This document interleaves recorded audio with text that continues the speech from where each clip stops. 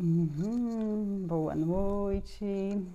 O Instagram está comunicando os nossos seguidores, a nossa audiência que estamos ao vivo. Muito top. Gente, boa noite. Oi, Nel, as Ju Basílio, Juvilane, Cris. Oi, Bru. Nossa, obrigada. Ger, minha amiga querida. Sejam muito bem-vindos. Vamos chegando. Mário, boa noite. Tudo bem com vocês? Oi, Alan. Alan, vai ter um assunto aqui hoje que você gosta muito, hein? Fica aí até o final. Quero ver você interagindo conosco aí, viu? Oi, Carla, boa noite. Vamos chegando. Ana, como vai? Oi, irmã. Ó, tá muito legal. Carol, seja bem-vinda, muito obrigada. Tá super legal. Nós vamos aqui para mais uma live da nossa série. Marla, como vai? Tudo bem? Para quem aí está conosco desde o início, toda quinta-feira nós fazemos... Oi, Mi! Nós fazemos a nossa live da série A Força da Mulher no Agro e nas Propriedades Rurais. Toda quinta-feira nós trazemos aí convidadas, mulheres protagonistas da sua história, mulheres que não fogem à luta, que estão aí aceitando participar conosco, né, dessa jornada, aonde a gente vem para ouvir um pouquinho da história delas, né? Elas compartilham conosco e a gente também aproveita para comunicar, para falar sobre o agronegócio, porque nós acreditamos muito que nós precisamos fazer isso, porque nem todo mundo lá fora tem essa noção, nem todo mundo conhece como funciona. Às vezes as pessoas têm uma visão distorcida, né? Que a gente faz essa força toda aí para gerar alimento, para fazer mover a economia, né? Então, acho que isso tudo tá agregando bastante. E eu gostaria que vocês que estão aí comigo me ajudassem e batessem bastante palmas para todas essas mulheres que estão aceitando, né, estar aqui conosco e aquelas que já aceitaram, vim compartilhar um pouquinho da sua história, da sua jornada, falar um pouquinho da sua visão, da percepção, né, sobre o agronegócio. Então já teve aqui conosco a Bruna Drummond, já teve conosco a Alessandra de Cicino, a Juliana Villani, hoje nós estamos recebendo a Laura. E o nosso objetivo é trazer as mulheres que atuam em todos os setores, assim, o máximo de pilares e setores do agronegócio que nós conseguirmos, nós vamos trazer as mulheres aqui para estar falando conosco. E não é um movimento, são mulheres, é isso aqui, gente, é para provar e confirmar na realidade que o lugar da mulher é onde ela quiser, né? Ela tem força, ela tem tranquilidade, ela tem serenidade, sutileza, né? Para atuar em qualquer campo, inclusive no agro, que é assim um setor ainda que predomina, né, os homens. Então eu acredito que a nossa convidada já está por aí. Laura, dá um oizinho. E a gente vai chamar. Boa noite, Regina. Boa noite, Tininha. Oi, Isabela. Tá por aí? Vamos ver se ela está. Para a gente começar a nossa live, para a gente conhecer um pouquinho dela, ouvir a história. Deixa eu chamar a Laura. Ela já tá aí, viu, gente? Vai ser mais uma noite incrível. Hello, mulheres do Agro MS. Um grande beijo. Eu quero também mandar um beijo gigante para as mulheres do núcleo, né, de Maracaju, o núcleo das mulheres do agro de Maracaju, que dá aquela força, aquele apoio. Eu quero agradecer as meninas de Rio Brilhante, as mulheres do agro de Rio Brilhante, de Sidrolândia, Campo Grande, enfim, todo o Brasil que está aí com a gente, fazendo parte, né, desse projeto maravilhoso e ouvindo as nossas histórias. Agora eu vou chamar a Laura, que ela tem muita coisa legal aqui para compartilhar conosco. Deixa eu chamar a Laura, que ela que vai aqui hoje abrilhantar a nossa noite. E tem história, hein? Essa mulher é porreta. Luzia, tudo bem, Aline? Olá, seja muito Oi! bem-vinda. Boa Obrigada, noite. Rô. Boa noite para você, boa noite para todo mundo. Que bonita que você tá. Nós estamos, né? Nós Tentamos, né? Porque a estamos. quarentena não tá ajudando muita gente, não, Rô, mas a É, gente né? tenta. Nós É, vamos falar sobre isso, não vamos? vamos, bastante. Gente, primeiramente, eu quero aqui, agora que ela está aí, Laura, te agradecer amorosamente do fundo do meu coração, né? Porque eu sei que a sua Imagina. agenda é super corrida, que assim, você aí, né, tem bastante coisa, bastante compromisso, e você aceitou, dividir um pouquinho do seu tempo conosco. E eu falo, sou extremamente grata, porque hoje em dia o tempo é uma das coisas mais preciosas do ser humano. É, E quando alguém para e dedica um pouquinho de tempo para você, eu falo isso não tem preço. Então, gratidão do fundo do meu coração para você ter dedicado imagina. esse tempo para nós. Se apresenta aí, Imagina, a fala um honra é pouquinho para toda nós. minha, Rô. Eu vou Fique à contar. vontade. Então, pessoal, acho que, novamente, boa noite. Eu sou a Laura. Eu sou natural de Goiânia, tenho 31 anos, eu sou engenheira agrônoma, com muito orgulho. Me formei há mais ou menos uns 10 anos atrás na Universidade Federal aqui de Goiás, que fica aqui em Goiânia mesmo. Vou contar um pouquinho da minha família também, tá? Sou filha do Legal. José e da Fátima, que são pais extraordinários, que se não fosse por toda a educação que eu recebi deles, eu não estaria onde eu tô hoje, isso eu não tenho a menor dúvida. É a irmã da Mariana, que é aí uma grande companheira que eu tenho, uma irmã que, mais do que irmã, é um anjinho da guarda. Tenho a Manu, que é a minha filhadinha, que é assim, quem me acompanha no Instagram e quem é mais próximo sabe que ela é um tesouro na minha vida. E tenho o meu chicletinho, que é meu agregadinho, que é meu cunhado, que é o Carlos Eduardo, que é uma pessoa extraordinária e que também faz toda a diferença aí na minha família. Então, moçada, assim, como eu comentei, né? Eu sou engenheira agrônoma, me formei aqui na UFG, que fica aqui em Goiânia. E durante um pouco da minha trajetória durante a faculdade, eu despertei um pouco essa vontade de trabalhar em multinacional, essa vontade de vir para o mundo de multinacional, mais ou menos a metade da faculdade, quando eu tive a oportunidade de fazer um estágio numa grande multinacional, um estágio durante uns 6 meses, e isso já me despertou assim um mundo que eu falei, cara, é aqui que eu quero trabalhar pro resto da vida. É com isso que eu quero trabalhar pro resto da vida. E Uhum. aí, logo depois desse estágio, logo eu fiz ele mais ou menos no meio da faculdade. Quando foi mais pro final da faculdade, eu entrei no processo seletivo do estágio da Monsanto, que até então não era Bayer ainda, né? Era Monsanto. E aí prestei o processo seletivo, mas muito naquela vibe de assim, se eu passar, passei. Se não passar, vida que segue, eu já podia me formar. Na época que eu fui prestar o estágio da Monsanto, eu já podia me formar. Então, se desse certo de entrar no estágio, nossa, essa é uma baita de uma oportunidade. Mas se não desse, ok, vida que segue. Só que deu certo. Graças Uhum. a Deus, deu muito certo. E aí eu passei no processo seletivo, entrei na Monsanto como estagiária, há mais ou menos uns 10 anos atrás. E aí o programa de estágio é uma experiência extremamente rica. Eu conheço dois programas de estágio multinacional. O primeiro que eu fiz foi o Uhum. da BASF, que foi a primeira Uhum. empresa que eu fiz estágio, né? Que foi a primeira multinacional que eu tive contato e que aí já me despertou essa paixão por trabalhar em multinacional. E depois o da Monsanto. E assim, eu vou ter que puxar a sardinha pro meu lado, né, Rô? O programa de estágio que eu vivi há 10 anos atrás, ele foi uma escola, assim, fundamental para minha vida. Esse Legal. estágio ele durou mais ou menos uns 5 meses, onde eu tive a oportunidade de rodar com pessoas inteligentíssimas, que tinham uma experiência de mercado fenomenal. E aí eu tive uma experiência no Mato Grosso durante os primeiros meses ali do estágio, depois eu fui para o sul de São Paulo, sempre mexendo com semente de milho. Né? O estágio era Entendi. na área comercial de milho. Depois que acabou esse estágio, logo assim, na verdade, pouco antes de terminar o estágio, veio o convite para virar RTV, que é representante Uhum. técnica de vendas. E aí lá vai eu, há quase 10 anos atrás, me transformei numa RT Voa, né? Que a gente brinca que a mulher RTV é RT Voa, né? Que a gente voa, e bastante. E aí eu virei RTV no sul de São Paulo, foi a primeira região que eu fui RTV.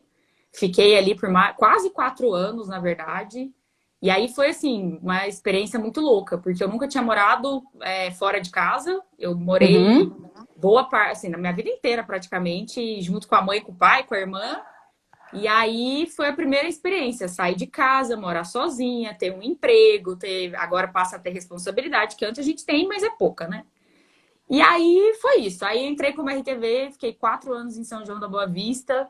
De lá eu recebi o Pertinho da convite minha para cidade, que eu sou de Aguaí, viu, Laura? pertinho de Aguaí, conheço muito bem Aguaí, era minha área de atuação.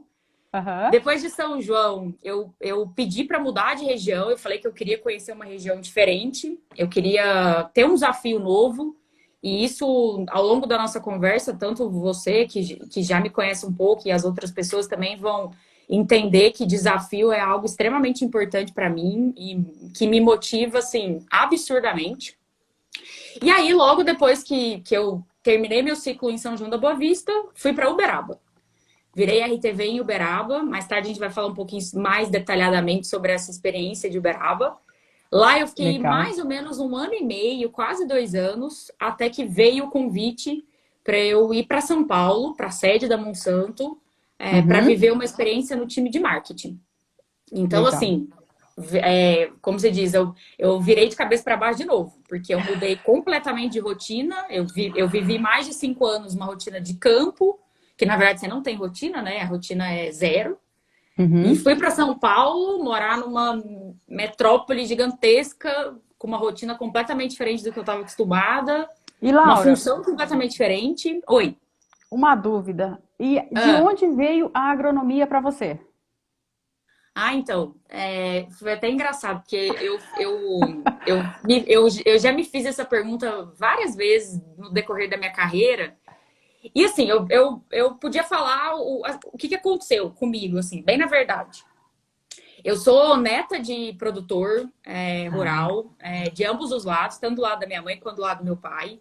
Então eu Uhum. fui criada desde muito pequena, eu, minha irmã, meus primos, na fazenda do meu avô, que inclusive é aqui pertinho.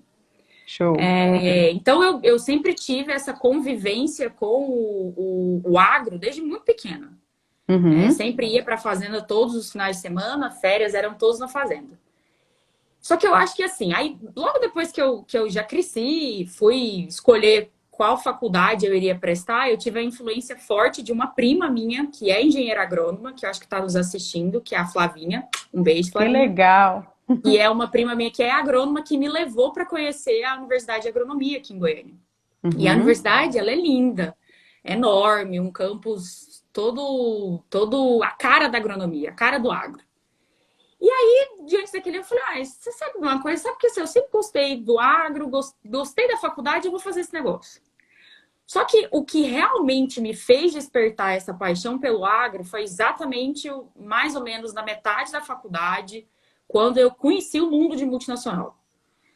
Como eu comentei no começo da nossa conversa, conhecer o mundo de multinacional, você poder fazer parte de um negócio que transforma o mundo, você poder fazer parte de algo que é grandioso, cara, isso para mim não tem preço. E Alguém mais aí se identifica? eu não me vejo hoje fazendo nada de diferente do que eu fiz nesses últimos 10 anos. Show. Nada. Então, assim, eu criei uma paixão muito grande pelo agro nesse primeiro instante de contato com esse grande mundo de possibilidades, de desafios constantes que você tem. Mas eu acho que o principal é poder contribuir para construir um negócio muito grande. Isso Top me demais. brilha o olho, sabe? É um negócio que faz o sangue correr mais rápido dentro da veia. Então Uhum. foi por esse motivo, basicamente. Estão entendendo, meninas? Por que que chamei a Laura? Tudo a ver, né? Tudo a ver com o nosso tema. Nossa, muito bacana mesmo. Muito legal. É, E, Laura, eu gostaria então, você contou um pouquinho para nós aí de como tudo começou, de como você chegou no agro. Estou muito curiosa para que você fale para nós como que é essa vida de ser RTV, né? Num meio assim que é um universo extremamente masculino. Se você puder compartilhar um pouquinho aí com a gente sobre isso, e eu coloquei a conexão, só para vocês entenderem, gente, a Laura é natural de Goiânia, só que hoje você, assim, para em Curitiba, porque você roda o É, Brasil todo, né? eu Aí ela paro em mora Curitiba. em Curitiba, tá aproveitando a É, pandemia aí em Goiânia, né, Laura? tô, graças a Deus, eu pude vir para cá, para ficar com a minha família. Aham. E aí eu gostaria então assim que você compartilhasse conosco como foi essa fase, até porque uma coisa que me chamou bastante atenção, você disse que a tua grande parte da tua carreira foi dedicada ao milho, né? Você saiu do Foi. estágio sempre cuidando de milho. E Uhum. hoje também você está aí com a parte de químico, agregando tudo isso. Gostaria, ó, eu já estou lá na frente porque é tanta coisa que eu tenho para perguntar, porque é tão interessante. Como que foi essa transição? Como que você assim viu isso? Eu já sei que você ama um desafio. Foi difícil? Foi. É, não, se tivesse sido fácil, não teria sido tão bom, sabe? É, mas assim, vou tentar responder sua pergunta, então, vou dividir ela em duas partes. À vontade. Como eu comentei, né? A boa parte da minha experiência durante um pouco mais de 5 anos tinha sido como RTV, depois eu fui para São Paulo, assumi o desafio de gerenciar a experiência de cliente para as nossas marcas de milho no Brasil como um todo. Fiquei nessa Uhum, posição durante uns 2 anos e meio, mais ou menos. Depois eu fui para a área de acesso a cliente, tudo dentro do time de marketing, ainda em São Paulo. Até que no mais ou menos nessa época, no ano passado, veio o convite para que eu pudesse assumir a posição que eu tô hoje, que é a gerente de trade marketing para a diretoria que a gente chama de Centro-Sul na Bayer. Como você uhum, comentou, né? Eu fico sediada em Curitiba, mas eu não moro lá praticamente. Eu vou lá, durmo o final de semana, vou embora. Porque a minha área de atuação é muito grande, né? O Paraná inteiro e o sul do MS, todinho. Toda a região aí do sul do MS. Então, assim, primeiro, como que foi o desafio de ser RTV, né? Durante esse tempo que eu fui, e se o fato de ser mulher em algum momento me atrapalhou, se teve dificuldade, enfim. Como sempre, eu vou ser muito sincera, Rô. uhum. Eu nunca tive nenhum tipo de dificuldade direta pelo fato de ser mulher. Nunca. Nunca sofri nenhum tipo de preconceito. Pelo fato de ser mulher, pelo fato de estar ali no front de batalha por diversas vezes. Só que a gente sabe Uhum. que o fato de ser mulher, você tem um desafio dobrado. Por quê? Porque, primeiro, é um ambiente que é praticamente 100% masculino. Então, é um ambiente que, além de você ter que provar competência para aquilo que você está exercendo, você também tem que, muitas vezes, na cabeça de muitas mulheres, e eu não vou mentir, porque na minha eu também tive isso no começo, a gente tinha Legal. que provar de que, cara, eu dou conta, mesmo com tantos homens no mesmo ambiente que eu estou vivendo, mas é claro que eu vou conseguir, é claro que eu dou conta. E eu acho que, assim, uma coisa que me ajudou muito durante essa fase de RTV e continuou me ajudando muito depois, foram mulheres fantásticas que eu tive a oportunidade de conhecer, de me inspirar, de me tornar, e para algumas me tornar grande amiga depois. Eu tive mulheres que passaram pela minha trajetória de carreira que me ensinaram muito, que me ensinaram postura perante um agricultor, que me ensinaram a forma de falar, que me ensinaram como que você agrega valor de fato no negócio de uma pessoa que está te vendo pela primeira vez e que vê vendedor todo dia. Então essas mulheres, elas tiveram um peso na minha carreira gigantesco. Tanto na parte técnica quanto na parte de relacionamento, enfim. Então, assim, de fato, eu não tive o preconceito de cara, mas eu tive que primeiro tirar um pouco do meu preconceito de que é um ambiente muito masculino, eu não sei se eu vou dar conta. Claro que vai. E se tiver com medo, vai com medo assim mesmo, porque senão você não Legal. consegue sair do lugar. E de novo, essas mulheres fantásticas que eu tive do meu lado, que me inspiraram, me ajudaram assim absurdamente a enfrentar uma série de medos e de desafios, né? Porque eu falo, assim, eu acredito muito no negócio que é a força a força da mulher quando ela se junta, A sabe? sororidade.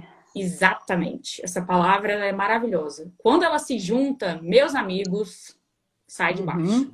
Porque ninguém vai conseguir frear. Então, isso me ajudou Concordo. muito nesse processo de RTV, de momento de carreira, de começo de carreira. E eu não vou citar, porque foram, de fato, foram várias que me ajudaram muito, amigas de faculdade, amigas do próprio trabalho, enfim. Então, esse foi um ponto que me ajudou muito na época de RTV. Sobre a sua segunda pergunta, que foi a transição do milho para o crop, não vou mentir, não foi fácil. Porque pensa assim, uma pessoa viveu 9 anos da vida dela, 100% focada no milho, falando de milho 24 horas por dia, e de repente, não, vamos parar de falar de milho, agora a gente vai começar a falar de defensivo, de crop, né? De crop protection. Então, assim, a mudança nos 2 primeiros meses, ela não foi fácil. Só que, de novo, eu tive uma resiliência que eu aprendi com vários outros desafios que eu tive na minha carreira, que depois a gente pode falar um pouco melhor sobre isso. Que sem essa resiliência, você desiste no primeiro segundo. Eu sou uma pessoa que, assim, Rô, eu sou extremamente determinada. O meu foco é, assim, violento. Quando eu coloco uma coisa na minha cabeça, uma entrega que eu preciso fazer, eu sou muito focada. Então, isso também me ajudou muito nessa transição de um negócio para o outro. Legal. E uma coisa um feedback que eu recebo muito das pessoas que trabalham comigo e que me deixa muito, muito feliz é o fato da facilidade de fazer relacionamento e de conectar as pessoas. Então, quando você está mudando de um negócio para o outro, essa sua capacidade de se adaptar rápido e de conquistar as pessoas que estão ao seu redor, de trazê-las para o seu time e principalmente uma coisa que eu aprendi muito durante esses últimos 10 anos de carreira é empatia. É você se colocar muito no lugar da outra pessoa. Isso independente se é mulher, se é homem, não importa. O processo de empatia ele é extremamente importante.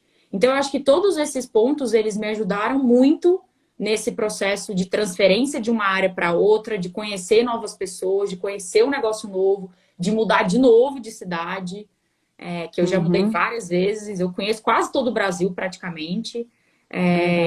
Então, foi muito, muito desse processo que me ajudou a chegar um pouco do que eu sou hoje, a conseguir atravessar essa transição que não é simples, são negócios completamente diferentes. Então, um pouco desse jogo de cintura, dessa resiliência, dessa paciência, porque eu sou extremamente agitada, né? Eu vou perceber que eu não paro de mexer a mão. Então, uma pessoa que é muito agitada, ela quer o negócio acontecendo a todo vapor. E nem sempre as coisas são assim, né? Você tem que ter paciência, tem que ter a resiliência de esperar as coisas acontecerem. Então, foi um pouco disso. Que legal. Nossa, eu falo aí, é tudo muito atual. Gente, os pilares que você trouxe, que todas as nossas convidadas têm falado muito. Eu falo a sensibilidade da mulher, Laura. Você começou falando de família, né? Que eu acredito que isso é a base de tudo, é onde a gente pode voltar, carregar nossas energias para voltar para o mundo lá fora. Porque como a Bruna disse, não é fácil a nossa lida, porque a gente tem que estar assim, de igual para igual. A gente não pode, né, entregar pouca coisa. Você falou aí da resiliência, que é uma das coisas que realmente o profissional que quer chegar em algum lugar, a pessoa que quer chegar em algum lugar, tem que ter a resiliência, não desistir, a empatia, né? O network, gente, que eu falo, o network, ele te deixa a porta aberta para você voltar a qualquer momento, né? Então, são pilares que às vezes a gente fala, será que isso é importante? Será? É muito atual. E a gente não pode deixar de olhar para isso, né? Não. E graças a Deus a mulher consegue ter esse cuidado de entender que todos esses fatores são importantes para agregar para que a gente atinja o nosso alvo, né? Exato. É isso muito aí. Muito bacana mesmo. Você pode contar um pouquinho para nós a profissão de trade marketing?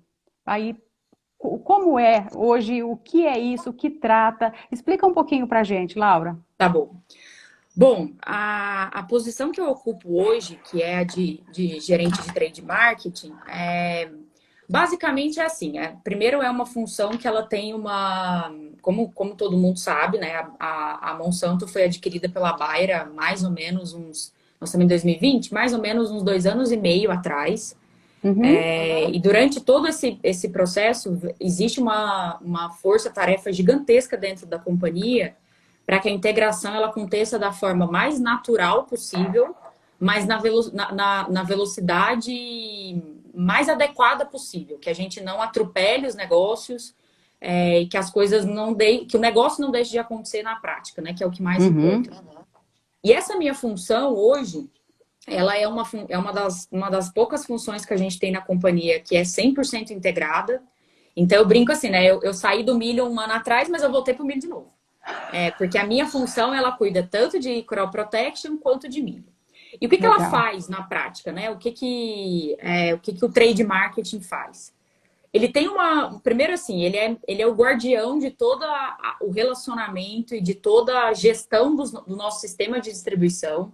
E aí, quando eu falo sistema de distribuição, eu incluo o distribuidor de fato, a cooperativa, o atacadista, a forma da gente acessar em algumas regiões de forma direta. Ele é o responsável não só por ser o guardião de toda essa rede, mas também da política que a gente tem hoje de acesso ao mercado, a estratégia de acesso ao mercado. E, além de tudo isso, basicamente assim, o trade market, ele é guardião de um processo que precisa funcionar muito bem na ponta, que é a experiência do cliente, que é como se fosse um ciclo. A experiência do cliente, os múltiplos acessos, ou seja, as várias formas que a gente tem de acessar o mercado, que são esses exemplos que eu trouxe para você, e tudo isso tem que se conectar com uma eficiência muito grande. Então, quando a gente fala que o trade market ele é o guardião de tudo isso, passa muito por todos esses 3 pilares que eu comentei. Como que a gente gera uma experiência bacana para o agricultor, que é o principal interessado de todo esse processo, como que a gente tem aí múltiplos acessos e, por último, como que a gente faz todo esse ciclo de forma eficiente. Então, essa é um pouco da minha função. Como eu comentei, ela é integrada, ela cuida tanto do ponto de vista de crop protection quanto de semente de milho e de Roundup, não posso esquecer do Roundup. Que ele também está incluído dentro de todo desse pacote que o trade market é responsável. Ele tem uma outra responsabilidade muito grande também, que é essa conexão com o campo, não só com o distribuidor, com a cooperativa, que a gente precisa ter contato direto, até para entender as necessidades, se o negócio está funcionando da forma como a gente gostaria, se a política está sendo aplicada da forma como a gente gostaria, mas também de trazer insights para o time de estratégia que fica em São Paulo, que tem uma função aí complementar, essencial para a função do trade, para fazer a roda girar de uma forma mais eficiente, sabe? Então, tem também essa troca de insight daqui para lá, de lá para cá, para que a gente consiga aí gerar políticas mais eficientes, programas que sejam mais atrativos para os nossos parceiros, para que no final de tudo, uma coisa muito simples, a gente tenha o agricultor cada vez mais fiel a Bayer, cada vez mais fiel às nossas marcas, e que a gente consiga ajudar os nossos parceiros que estão lá na ponta, cooperativa, distribuidor, o atacadista, a vender não só um produto para o agricultor, porque hoje a gente sabe que quem vende produto não vende mais, ele vende uma vez, depois ele não vende mais, mas sim vender experiência, vender algo que de fato vai ficar marcado para aquele agricultor e que ele vai escolher você para comprar ao invés do concorrente. Então, passa um pouco por todo esse processo, sabe? A minha função, igual a minha, eu tenho mais 3 pares no Brasil. Então, eu fico responsável por todo o Paraná e sul do MS. Tem uma outra pessoa que é responsável por Santa Catarina e Rio Grande do Sul. Outra pessoa responsável por todo o Mato Grosso e um pedação de Goiás e Mato Grosso do Sul. E uma outra que cuida do resto do Brasil. Que a gente brinca que é a maior área que a gente tem hoje de diretoria, né, que a gente tem. Então, essa é um pouquinho da minha função atual, né? É um pouco do que eu faço atualmente. E gosto muito, viu? Muito legal. Do que eu faço. É muito bom. Assim, tem mais pares mulheres aí ou é predominantemente masculino? Como é isso? Nessa minha função, só tem eu de mulher. Meus outros 3 pares são homens. Mas nessa conexão com São Paulo, que é o time de estratégia, eu tenho uma companheira mulher, que é a Sabrina, que a gente tem uma interação muito bacana. Então, desse lado, é só a Sabrina. Pares meus não tem, só homens. Parabéns, que legal. Fica a dica, né? Nossa, então, exatamente.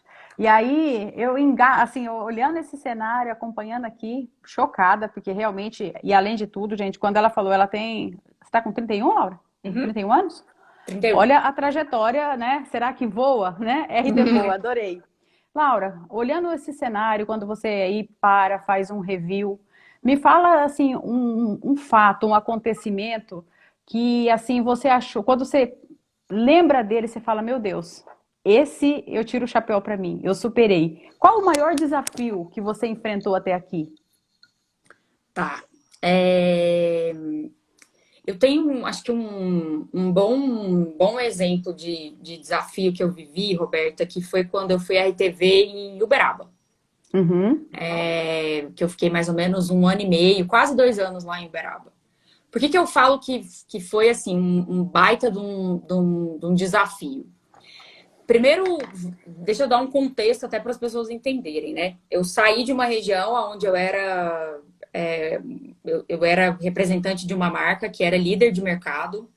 Então, o trabalho era muito focado em você se blindar. É você blindar a marca para que ela não perca posições, né? No ranking uhum. aí de marcas de semente de milho ali no mercado. E aí eu saí de lá e fui para uma região, que aí foi minha primeira mudança de área, né? Não de posição, mas de área. Fui para uma região onde eu era a 10ª colocada. Tudo bem, faz parte do business, faz parte do negócio, e eu pedi para ir para essa região, né? Eu pedi para ir para uma região desafiadora. E Uberaba, só que Uberaba extrapolou, porque é a mais desafiadora do Brasil. Era, agora eu acho que não é mais. Mas na época eu tenho uma pessoa, um cara muito importante que eu tive a oportunidade de conviver, que hoje não está mais na Bayer, está em uma outra empresa, mas é um cara fenomenal. Ele falava um negócio para mim assim: cuidado com o que você pede, porque acontece. Cuidado. A E palavra aí tem poder. eu pedi para ir para uma região desafiadora e ganhei uma região desafiadora, que era Goiânia. Perdão, que era Uberaba. Por que Uberaba foi tão desafiador assim para mim? Primeiro que eu tive que, em pouco tempo, reorganizar toda a casa lá no distrito. Eu cheguei num lugar onde eu não tinha praticamente nenhum distribuidor.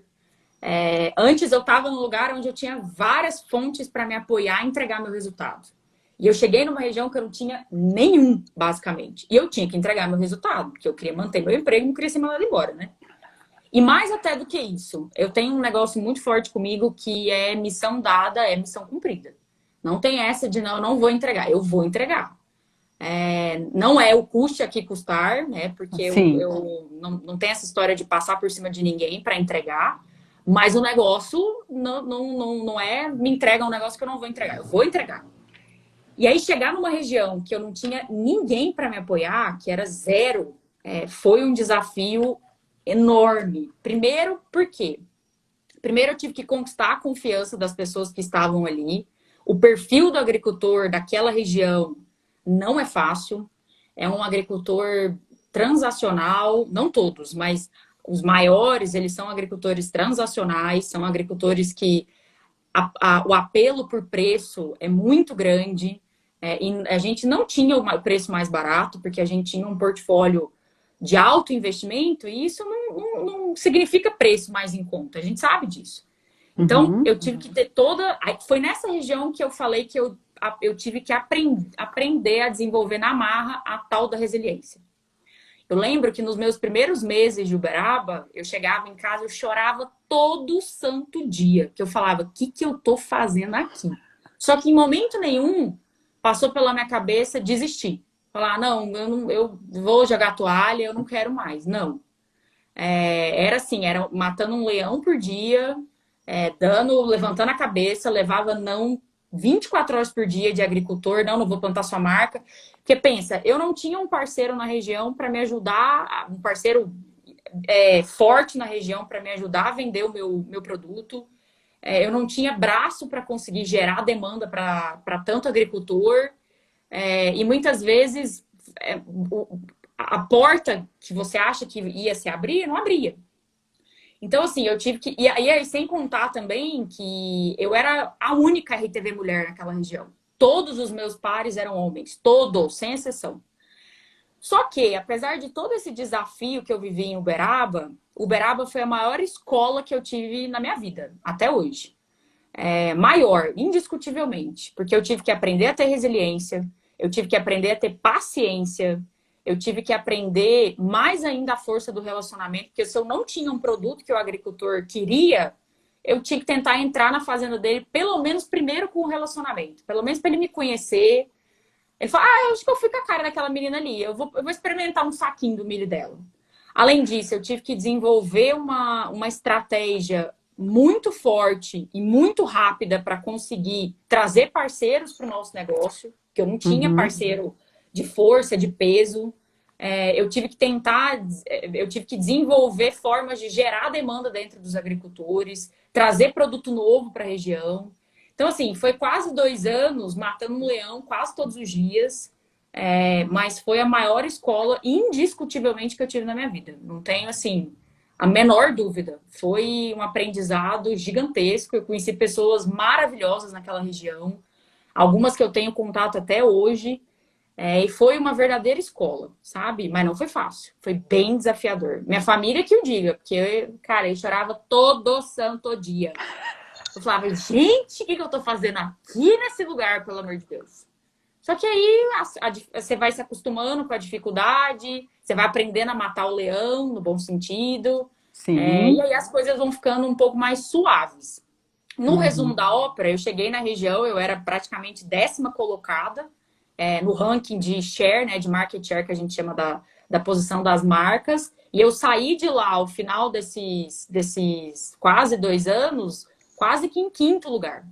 Então, a gente, em pouco tempo, conseguiu desenvolver uma série de coisas bacanas na região, mas não era, e eu acredito que ainda não é uma região fácil, é uma região bem desafiadora. Mas uma escola que me formou e eu acho que me fez chegar até onde eu tô, não tem a menor dúvida.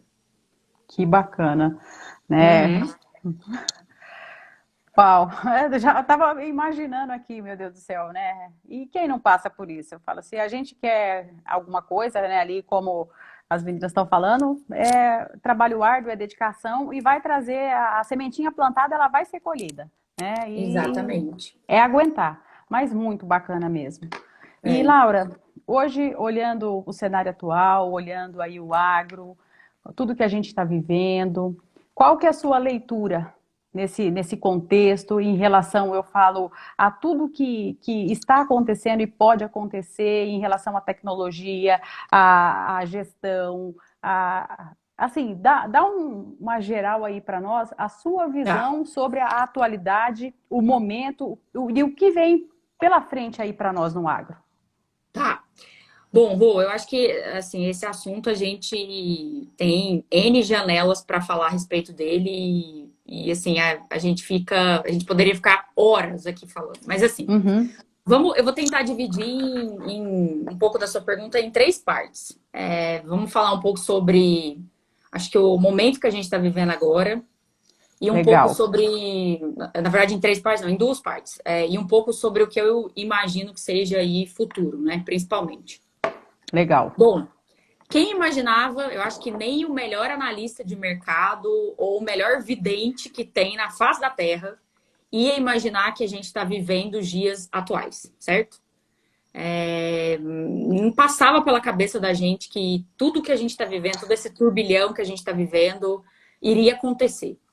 Só que uma coisa que, assim, me dá um motivo de orgulho muito grande é que, diante de toda essa crise que a gente está vivendo, provocada pelo coronavírus, né, pela Covid-19, o agro está segurando o país, segurando a nossa economia de uma forma extraordinária. E uma esperança muito grande que eu tenho, Rô, assim, acho que diante disso, é que as pessoas vejam isso agora, porque existem várias pessoas que criticam o agro no Brasil, várias pessoas que criticam a forma como a gente faz agricultura. Mas eu espero do fundo do meu coração, eu tenho uma esperança muito grande de que esse momento agora, em que o agro está segurando o país, e não é só de agora, há vários anos a gente sabe que a dívida do nosso país, infelizmente, é gigantesca, e a gente só consegue sair no positivo, na grande maioria das vezes, por causa do agro, por tudo que a gente tem hoje no agro. E eu espero do fundo do meu coração que, ao final de tudo isso, as pessoas possam se lembrar desse momento, se lembrar que o que está segurando a economia é o agro, é a agricultura, gente. Então, eu acho que esse é um primeiro ponto, assim. Fazendo talvez um overview de mercado, o que a gente na Bayer sempre é muito atualizado em relação a esses assuntos. Eu tento me atualizar o máximo possível, porque isso faz parte do nosso dia a dia, faz parte da nossa rotina. O que a gente vê, assim, né? Como eu comentei, ninguém ia imaginar que a gente está vivendo o que a gente está vivendo. Olha o que aconteceu com as commodities, gente. O preço de commodity hoje. A gente tem aí soja como estimativa de conseguir entregar mais, quase 40% a mais do que a gente teve no ano passado de produção. A gente está batendo recorde de exportação. Mesmo com toda essa loucura de coronavírus, mesmo com vários países ainda fechados, a China já retomou um pouco da economia dela, né? Então, com isso, essa demanda por grãos tá gigantesca, e mesmo com todo esse turbilhão, em momento nenhum o preço da soja deu uma recuadinha lá para baixo. Não, muito pelo contrário. A gente está tendo um dia após o outro com excelentes notícias no mercado soja. Tanto é que a gente tem aí uma previsão de quase 40% já da soja do ano que vem comercializada já, do grão comercializado. Então, olha que cenário extraordinário perante uma catástrofe que está acontecendo no mundo como um todo. Não é motivo de orgulho, gente? Para mim é motivo de orgulho diário. E eu brinco com a minha família aqui, que só eu, aqui na minha família, na minha casa, só eu sou do agro, né? Aqui em casa, né? E brinco com vários outros amigos que não são do agro, que é tipo assim, tá vendo? Olha como o agro segura esse país, né? Olha como, é claro, sem arrogância nenhuma, não é isso, mas olha como a gente tem que se orgulhar de tudo que a gente constrói no agro. Por isso que é a minha paixão de fazer parte do agro, sabe? É poder fazer parte disso, entende? Então, assim, acho que soja é um pouco desse mercado. Milho, apesar da gente estar com uma colheita bacana nos Estados Unidos, o clima está ajudando, mas a gente também está com um cenário bom para milho. Quando a gente olha cana e algodão, o negócio não tá legal. Por quê? Cana e algodão, obviamente, muito baseados por demanda. Cana, um dos principais derivados é o etanol. Quem que está saindo de casa, gente? Quanto maior é o isolamento social, menor é a demanda por combustível. Então, é natural que a demanda por a atratividade de cana-de-açúcar, a demanda por etanol, a demanda por petróleo, ela deu uma reduzida, sem contar toda a guerra que existe aí ao redor do país em relação ao petróleo. E o algodão, um outro aspecto que a gente vê é a fibra acaba ficando mais cara. Então, a gente também tem uma redução desse mercado de algodão que não ajuda. Então, assim, do ponto de vista acho que de cenário atual, eu acho que um recado que a gente tem que ter e tem que bater no peito, assim, com um orgulho gigantesco, é que o agro está sustentando muitas das dificuldades que a gente está passando hoje. Então, acho que esse é um primeiro ponto que eu queria dividir com todo mundo. Um outro ponto, que daí agora eu vou trazer mais para o lado da minha função, né, para o lado do meu trabalho. Vamos pensar assim, ó, um consumidor que está com medo de sair de casa, que tem receio de sair na porta de casa. Como que ele vai comprar? Como que ele vai consumir de fato? E é aí que eu entro em algo que não é novidade para agora no agro, isso já existia, mas ele está acelerando, ele está se intensificando de uma forma, assim, extraordinária, que é o digital. Alana, falei que você ia gostar? As interações digitais. E assim, na Bayer, a gente tem uma veia pela inovação e pelo digital muito forte, muito. E a gente tem N exemplos para citar. A gente tem o Orbia, que é a nossa plataforma e o nosso marketplace para isso. A gente tem o Impulso, a gente tem uma série de campanhas personificadas em regiões que instigam o digital, que promovem o digital. E assim, gente, é um caminho que não tem volta. Não tem volta. A gente achar que a gente vai voltar a ter a mesma rotina que a gente tinha antes, não vai. Infelizmente não vai. Ou felizmente até, né?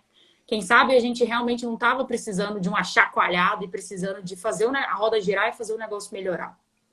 Então, eu acho que pensando em presente e olhando para o futuro, eu acho que essa digitalização do agro, ela está se tornando cada vez mais intensa, algo que já é muito forte em outros mercados, mas no agro ela está se tornando cada vez mais intensa. E tem um estudo muito bacana que a Bayer fez alguns meses atrás, na verdade, antes da pandemia, que olhava assim, ó, hoje a gente tem diversas formas de acessar o mercado, né? Hoje, no ano de 2020, 8% de tudo que é comercializado no agro já é digital.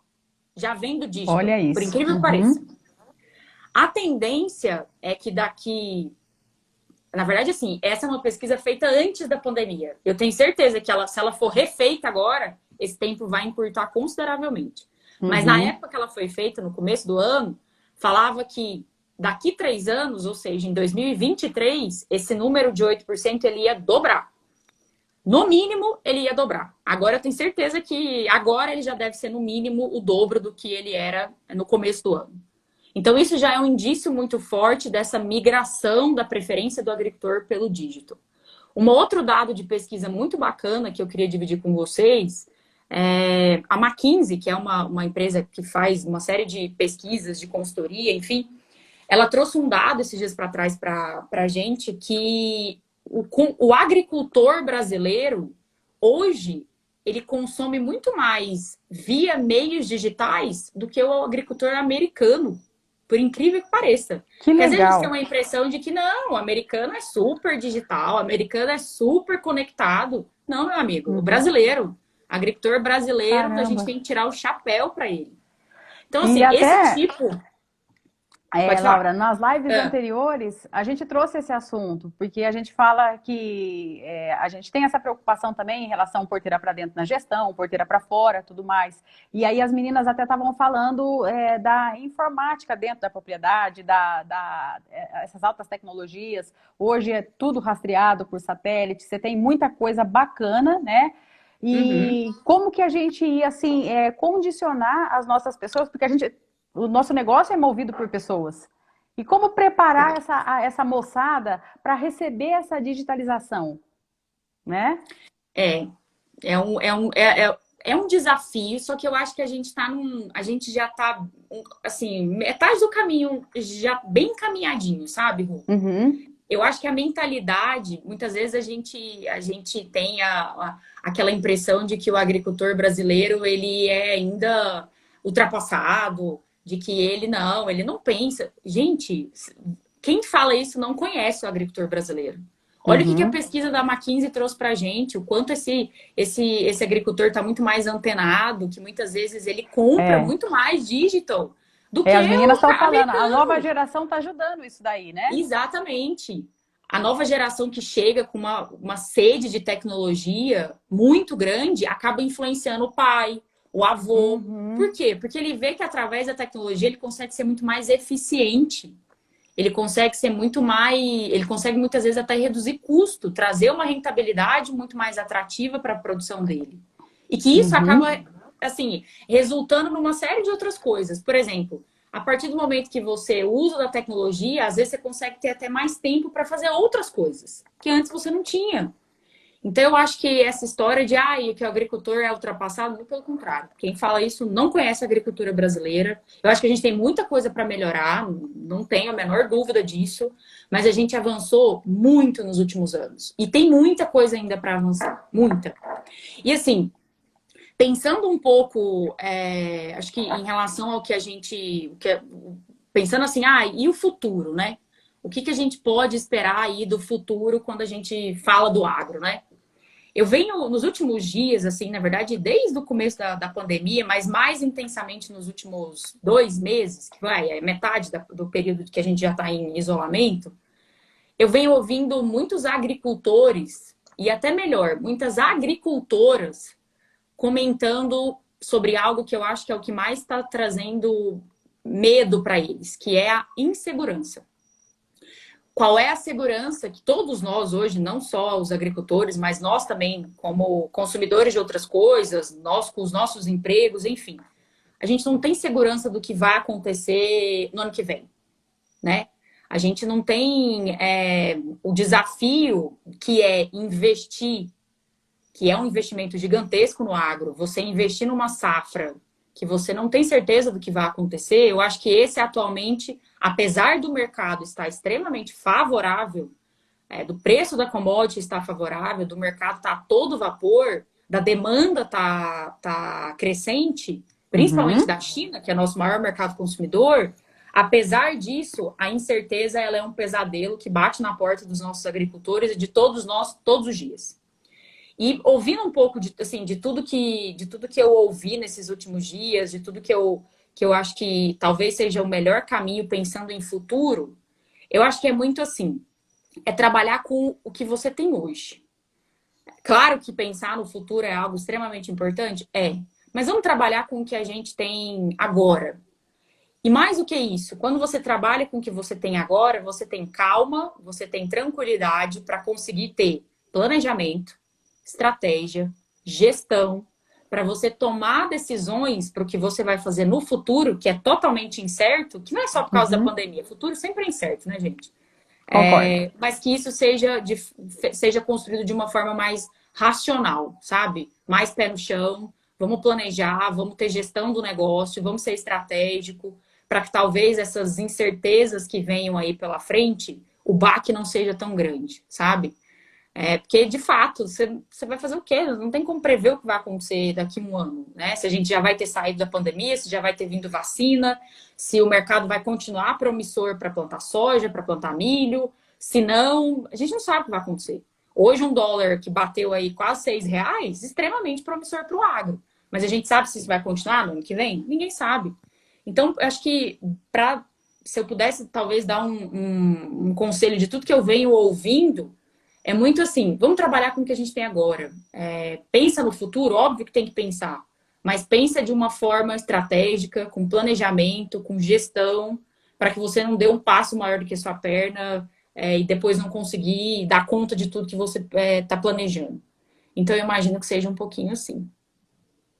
Nossa, gente, que legal, amando. E sabe o que eu tô triste? Que o relógio não perdoa, gente. Já são oito e Quantas vinte e horas? dois, é 8h22. E Nossa, 22. E passou muito aí, assim, rápido. o tema tá sensacional, tá muito atual, vocês concordam comigo? A Laura tá trazendo aí, gente, assim, eu falo, coisas para a gente meditar, para a gente dar uma olhada, que realmente faz total sentido para nós, né? E informações importantíssimas que às vezes a gente não para olhar, para ver. E assim, estamos muito orgulhosos, né, de saber que o agro brasileiro está assim, tá com toda essa capacidade tecnológica, com esse olhar, sucessão, né, a moçada chegando aí, ouvindo, né, quem começou tudo, os anciões, os patriarcas, mas ao É. mesmo tempo dando esse espaço para o digital, para o que está acontecendo. Então, acompanhando tudo que o Uhum, mundo está vivendo, né? E para nós é exato. realmente, como você disse, é motivo de orgulho fazer parte Nossa, de tudo muito, isso. muito. É de arrepiar. Aí você levanta de manhã e fala, não, sou parte disso, É. né? Por isso que Muito eu sou legal mesmo. apaixonada. Muito legal, muito bacana. Laura, algum outro tema que você queira trazer, aproveitando aí o nosso contexto? Eu tenho, na verdade, restam acho que uns 7 minutinhos mais ou menos, né? Uhum, Primeiro, eu acho assim, se eu puder contribuir por ser, principalmente, primeiro, por ser mulher, se eu puder contribuir com um pouco do que eu enxergo dessa força que a mulher tem hoje dentro do agro. O que que eu imagino, assim, né? E é muito genuíno esse meu pensamento. A gente está vivendo um mundo, Rô, e todo mundo que está aí nos assistindo, que ele está ficando cada vez mais sensível, principalmente pelo momento que a gente está vivendo. É um mundo que está ficando mais sensitivo, mais, espero que mais sustentável. E mais do que nunca, eu acho que a gente vai precisar do protagonismo, da sensibilidade da mulher. Eu acho que e isso no agro tem se tornado, acho que cada vez mais relevante e com um peso ainda maior. Com todo esse cenário de mundo mais sensitivo, mundo mais sensível, a gente vai ter que se reinventar.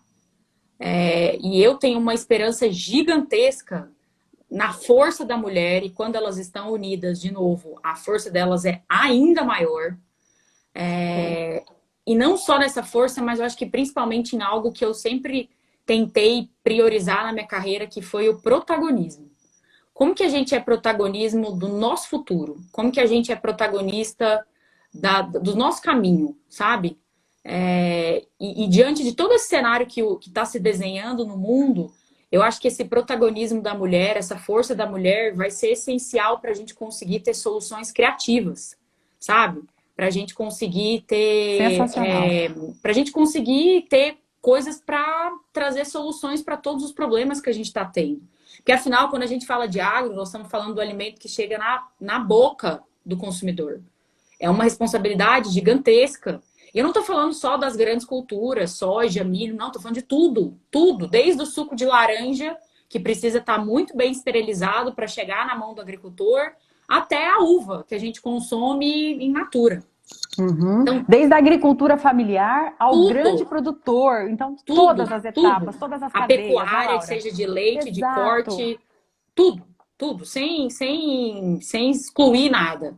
Eu acho que a sensibilidade que a mulher tem, e que muitas vezes a gente não tem noção da força que a gente tem, mas essa sensibilidade, essa capacidade de muitas vezes fazer 10 coisas ao mesmo tempo, isso precisa ser protagonista nessa mudança, sabe? Para que a gente consiga trazer soluções criativas para esse monte de problema que a gente tem hoje.